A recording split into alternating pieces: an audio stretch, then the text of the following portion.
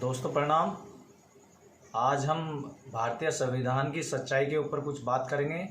हमारा जो constitution of India है उसके ऊपर उसके विषय में बात करने जा रहे हैं। यहाँ पर कौन असल में जनक है, किसने लिखा है संविधान को और किसकी कितनी भूमिका है, किसका कितना बड़ा योगदान है और क्यों अंबेडकर साहब की फ़ोटो उसके ऊपर लगी हुई है और ये माना जाता है कि अंबेडकर साहब ने पूरा संविधान लिखा है। बहुत सारे लोगों को अभी पता नहीं है कि संविधान किसने लिखा है असल में। ज़्यादातर लोग तो इंडिया के यही सोचते हैं कि पूरा का पूरा संविधान जो है बाबा भीमराव अंबेडकर जी ने लिखा है, जो कि बिल्कुल गलत है, सरासर जो कि गलत है। इस तरह की जो धारणा रखते हैं लोग, उनको एक्चुअल में हमारी हिस्ट्री को पढ़ना चाहिए कि किस तरह से हमारा कॉन्स्टिट्यूशन बना है, किन किन लोगों ने मिलकर बनाया है और इसमें क्या लिया गया और क्या छोड़ा गया और किस तरह से संविधान को अमल में लाया गया है। तो इसके शुरू से हम इसको लेकर चलते हैं दोस्तों। तो सबसे पहले मैं इस वीडियो में आपको ये बता देना चाहता हूँ कि मैं अपने इस चैनल पे रियल बातें ही करता हूँ और कोई ऐसी अफवाह वाली बातें नहीं करता हूँ। Because the name of my channel is real talk with Manoj Dhaka. तो यहाँ पर सारी जो बातें होती है वो रियलिटी में होती है, ऐसे नहीं होती कि कुछ भी हवा में जो है फेंक दिया। तो मैं आपको यहाँ बता देना चाहता हूँ दोस्तों, हमारा जो संविधान है वो 1946 से स्टार्ट हो गया था, यानी कि इसकी ड्राफ्टिंग स्टार्ट कर दी गई थी। इसको बनाना तैयार करना शुरू कर दिया गया था 1946 के अंदर और इसको पूरे 2 साल 11 महीने और 17 दिन लगे थे लिखने में, बनाने में। मेरा कहने का मतलब लिखने क्या, बनाने में इसको 2 साल 11 महीने और 17 दिन लगे थे और इसमें 165 डेज हमारी असेंबली जो है चली थी। हमारी असेंबली में जो चर्चा हुई थी इस पर, संविधान के ऊपर कि क्या रखना है क्या छोड़ना है। बेसिकली मैं बता देना चाहता हूँ कि इसमें हमारी 8 कमेटियाँ थी। इस संविधान को बनाने में 8 कमेटियाँ थी असेंबली के अंदर, कॉन्स्टिट्यूएंट असेंबली के अंदर हमारी, और जिसके 4 अध्यक्ष थे, यानी कि 4 मेन लोग थे, जिसमें डॉक्टर राजेंद्र प्रसाद जो है एक अध्यक्ष थे। दो कमेटियों के 2 कमेटी के अध्यक्ष हमारे डॉक्टर भीमराव अंबेडकर थे और 2 कमेटी के अध्यक्ष हमारे जो 8 कमेटी थी 2-2 में करके बटी हुई थी, वो सरदार वल्लभ भाई पटेल थे और बची हुई 2 कमेटी के अध्यक्ष जो है वो जवाहरलाल नेहरू थे, जो हमारे प्रथम प्रधानमंत्री थे देश के। तो इन 4 लोगों का मेन योगदान था, यानी कि ये अध्यक्ष थे उन समितियों के, जो समितियां बनी हुई थी 8, जो संविधान को लिखने का काम, बनाने का काम कर रही थी। यहाँ पर जो कॉन्स्टिट्यूशन ऑफ इंडिया जो असेंबली थी उसके जो प्रेसिडेंट थे वो डॉक्टर राजेंद्र बाबू थे, यानी कि राजेंद्र प्रसाद जो थे उसके डायरेक्टर थे असेंबली के, और ड्राफ्टिंग चेयरमैन जो थे असेंबली के वो डॉक्टर भीमराव अंबेडकर थे। यानी कि ये कहा जा सकता है कि जो लेखन का काम है यहाँ पर, यानी कि एक मशीन जो प्रिंटिंग का काम है वो डॉक्टर भीमराव अंबेडकर जी ने किया है। वो यहाँ पर एक मशीन की तरह, एक प्रिंटिंग मशीन की तरह जो है माने जा सकते हैं कि उन्होंने एक प्रिंटिंग मशीन की तरह वर्क किया है। सारे के सारे जितने भी हमारे लॉ बने हैं, जितने भी हमारे एक्ट बने हैं, सब पर जो मैंने 165 डेज आपको बताए हैं, ये 165 डेज के अंदर असेंबली में टोटल हमारे 389 मेंबर्स थे असेंबली के, जिन्होंने मिलकर ये संविधान की शुरुआत की थी और इस पर बहस की थी और इस पर चर्चा की थी और अपने विचार दिए थे, क्या लिखना चाहिए क्या नहीं लिखना चाहिए, क्या छोड़ना चाहिए, ये सब बातें की थी। लेकिन बिफोर पार्टीशन हमारे 389 मेंबर्स थे और जब पाकिस्तान का 1947 में पाकिस्तान का जो बंटवारा हुआ था उसके बाद यहाँ हमारे 299 मेंबर्स बचे थे। बाकी का काम जो उन 299 मेंबर्स ने पूरा किया था, यानी कि कुछ मेंबर्स जो है वो पाकिस्तान चले गए थे, तो उनको यहाँ से संविधान से, असेंबली से हटना पड़ा था, उनको हटा दिया गया था। और मेन जो 4 लोग मैंने आपको बताए थे वो 4 लोग इस असेंबली के अंदर थे और वो इसके अध्यक्ष थे, चारों के चारों।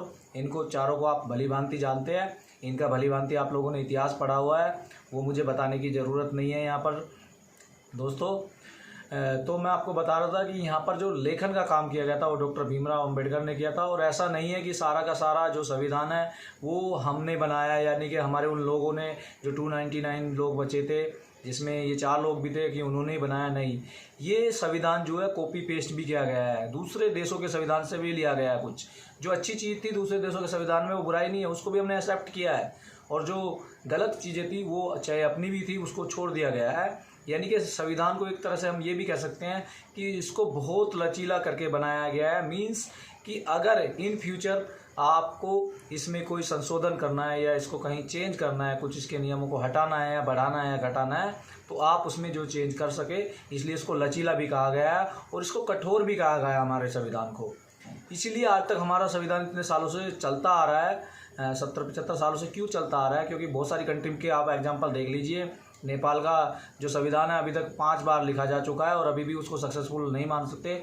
लेकिन भारत का संविधान जो इस तरह से लिखा गया, इतना लचीला बनाया गया और कठोर भी बनाया गया। कठोर मैं इसलिए कह रहा हूँ क्योंकि इसमें जो अगर संविधान में इसमें संशोधन कुछ करना भी हो, कुछ चेंज करना भी हो, तो वो इतना आसान नहीं है कि आप एक कैटवॉक नहीं है वो कि आप इतनी जल्दी उसको चेंज कर दोगे। उसके लिए आपको संविधान के अंदर, संसद के अंदर पार्लियामेंट के अंदर एक स्पेशल टाइप का आपको बहुमत चाहिए, एक स्पेशल टाइप का बहुमत चाहिए। वो आपको पहले क्लियर करना पड़ेगा, उसके बाद आप जो है नया कोई कानून बना सकते हैं, नया कोई एक्ट बना सकते हैं या इसमें संशोधन कर सकते हैं। और संविधान के हमारे यहाँ 3 मेन पार्ट बनाए गए हैं। वो तीनों मेन पार्ट क्या क्या है मैं आपको बता देता हूँ। सबसे पहले हमारी न्यायपालिका, दूसरी हमारी कार्यपालिका और तीसरी हमारी है विधायिका। तो क्या है ये तीनों चीज़ें क्या है। हमारी न्यायपालिका आप समझ सकते हो, न्यायपालिका में हमारे कोर्ट्स आते हैं, सारे के सारे जजेज आते हैं। एक सबसे बड़ा हमारा जो दिल्ली के अंदर है सुप्रीम कोर्ट है, उसके अंडर में फिर हमारे हाई कोर्ट आते हैं, फिर हाई कोर्ट्स के नीचे हमारे जो है डिस्ट्रिक्ट कोर्ट आते हैं और फिर लोकल कोर्ट्स आते हैं हमारे। तो इस तरह के हमारे कानून व्यवस्था बनी हुई है और एक विधायिका बनी है जो एक सरकार बनवाने में हमारी जो है मदद करती है। यानी कि वहाँ इंडिपेंडेंट बॉडी रहती है, वहाँ हर कोई अपना विचार जो चुना गया है जनता के द्वारा वो रख सकता है। और वहाँ अलग अलग पार्टी के लोग होते हैं, या ये कह सकते हैं आप अलग अलग क्षेत्र के जो वहाँ पे रिप्रेजेंटेटिव होते हैं, वो जनता के रिप्रेजेंटेटिव होते हैं और वो इसमें चेंज करना है नहीं करना है तो उसमें बहुत बड़ी भूमिका निभाते हैं। तो वो विधायिका है हमारी, यानी कि पूरी संसद जो है हमारी वो विधायिका है।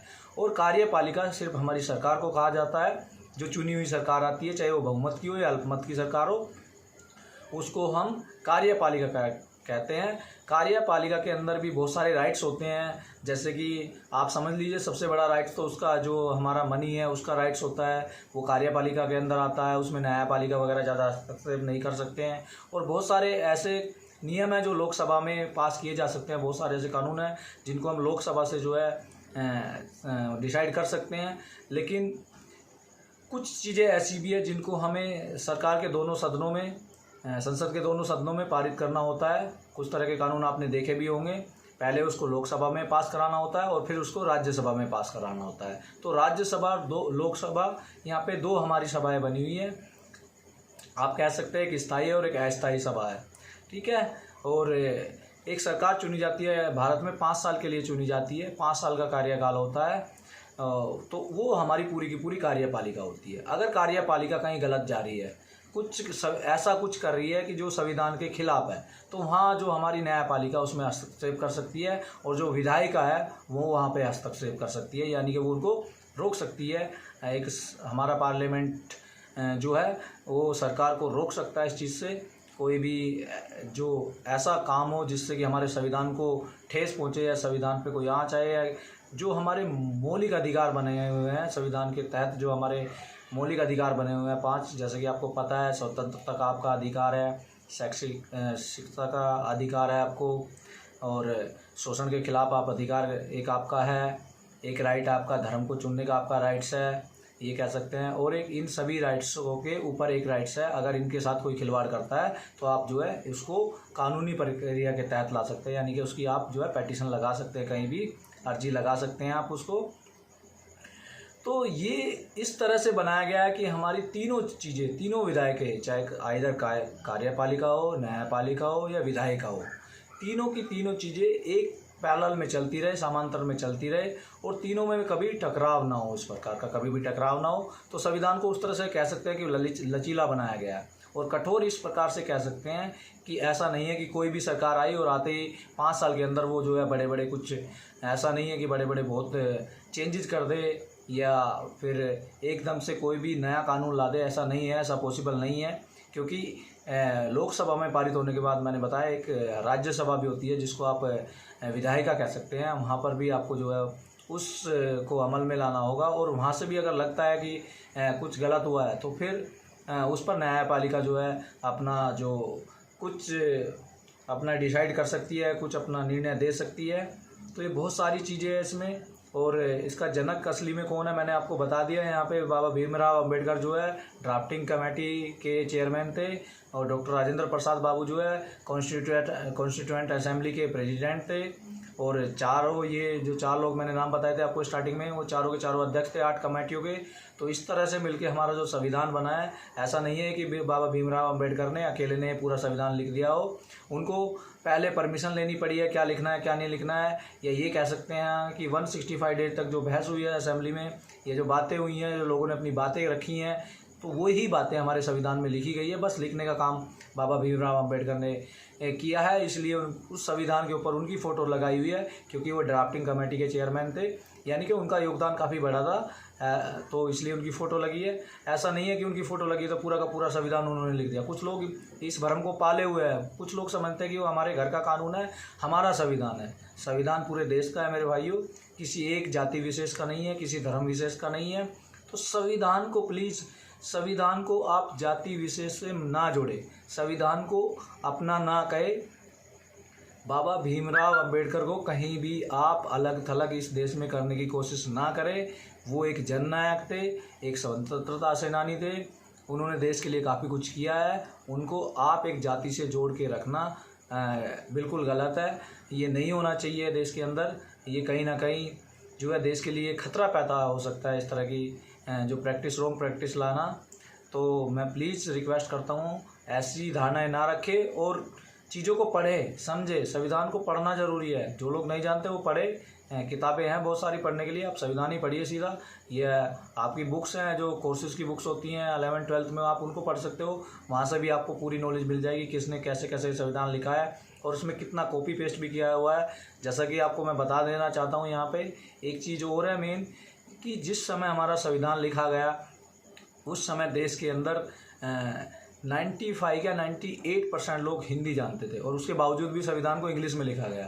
तो इसका मतलब ये है कि बहुत सारा पार्ट जो है हमने ब्रिटेन या ये कह सकते हैं अंग्रेज़ों का जो संविधान है उससे कॉपी पेस्ट भी किया है, लेकिन हमने सिर्फ वही चीज़ कॉपी पेस्ट की है जो सही थी, जो अच्छी थी। जो गलत थी वो हमने छोड़ दी है। ऐसे हमारा जैसा संविधान है, कठोर संविधान है या मजबूत संविधान हम कह सकते हैं। कुछ एक दो देशों के संविधान और मजबूत है, जैसे आप USA ले सकते हैं या दक्षिण अफ्रीका ले सकते हैं, उनके भी संविधान जो है काफ़ी मजबूत है।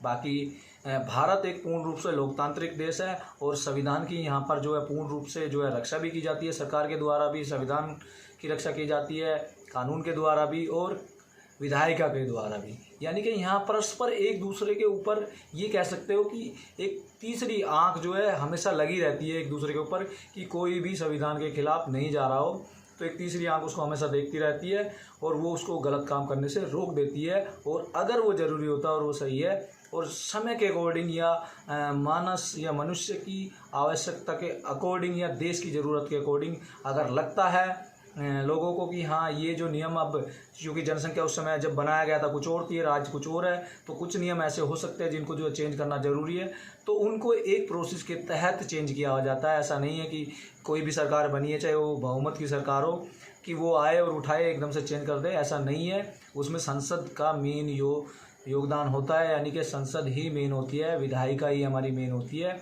और वहाँ पे जिस प्रकार से आपको बहुमत चाहिए किसी चीज़ को चेंज करने के लिए, वो एक बहुत बड़ा नंबर होता है और बहुत कठिन भी होता है। तो इसलिए हमारा संविधान कठोर भी है। तो आप अपने संविधान को पूर्ण रूप से समझें और ये ना समझें कि ये सिर्फ बाबा भीमराव अम्बेडकर जी ने लिखा है। इसमें ये कह सकते हैं उनका बहुत महत्वपूर्ण योगदान है। जय हिंद, जय भारत।